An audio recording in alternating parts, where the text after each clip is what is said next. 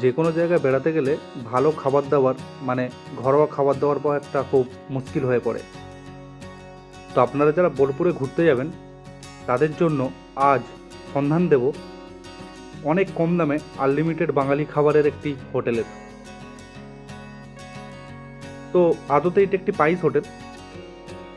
পাইস হোটেল ধীরে ধীরে লোপ পেয়ে গেছে বাঙালিদের কাছ থেকে, তবুও পাইস হোটেল বাঙালিদের একটি ঐতিহ্য। কলকাতায় বেশ কয়েকটি পাইস হোটেল থাকলেও আমি সেখানে খাবারের টেস্ট দেখেছি, আমার খুব একটা মনপ্রত হয়নি।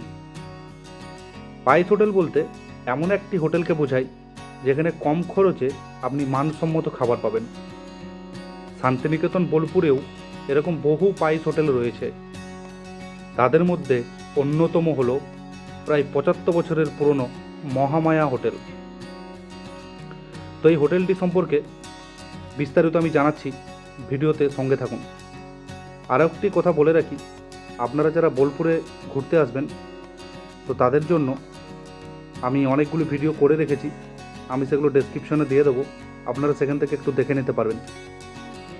মানে ওই আর কি, কীভাবে আসবেন, কোন ট্রেনে আসলে ভালো হয়, কোথায় থাকবেন, কোন কোন জায়গায় ঘুরবেন, কিভাবে কম সময়ে এবং কম খরচে প্ল্যানিং করবেন, সেই সমস্ত আর কি।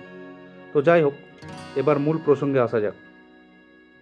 এই মহামায়া হোটেলটি বোলপুর স্টেশন থেকে মাত্র 1 কিমির মধ্যেই অবস্থিত। এটি অবস্থান করছে বোলপুরের চৌরাস্তাতে। এখানে ভাত, ডাল, সবজি, পাঁপড়, চাটনি সহ নানান খাবারের অঢেল আয়োজন। তবে এখানে আপনাকে ঢুকেই প্রথমে কুপন কেটে নিতে হবে। এবার এখানের দামগুলি আমি একটু বলে দিই। নিরামিষ খাবার 90 টাকা, ডিম 100 টাকা, মুরগির মাংস ও খাসি যথাক্রমে 140 ও 150 টাকা। এছাড়াও এখানে রাত্রে তড়কা ও রুটিও পাওয়া যায়। তো দেখুন, প্রথমে আমি কুপন কেটে নিয়েছি। ডিম ও মাছ আমি দুটোই নিয়েছিলাম। তো শালপাতার মধ্যে খাওয়ার একটা আলাদা অনুভূতি রয়েছে। আমি আবার শালপাতায় একটু বেশিই খেয়ে ফেলি। ভাত, ডাল, তরকারি আপনি এখানে যত খুশি নিতে পারবেন, তবে দয়া করে নষ্ট করবেন না। আমি মাছ ভাত খেয়েছিলাম, তো এক কথায় প্রতিটি পদ ছিল খুবই সুস্বাদু। তবে আমার পোস্তটি এবং মাছের মাথা দিয়ে বাঁধাকপির তরকারিটি অস্বাভাবিক সুন্দর লেগেছিল। 1950 সালে তৈরি হওয়া এই হোটেলটি এখনও স্বমহিমায় চলছে এবং এত ভিড় থাকা সত্ত্বেও প্রতিটি টেবিল যথেষ্ট পরিষ্কার পরিচ্ছন্ন।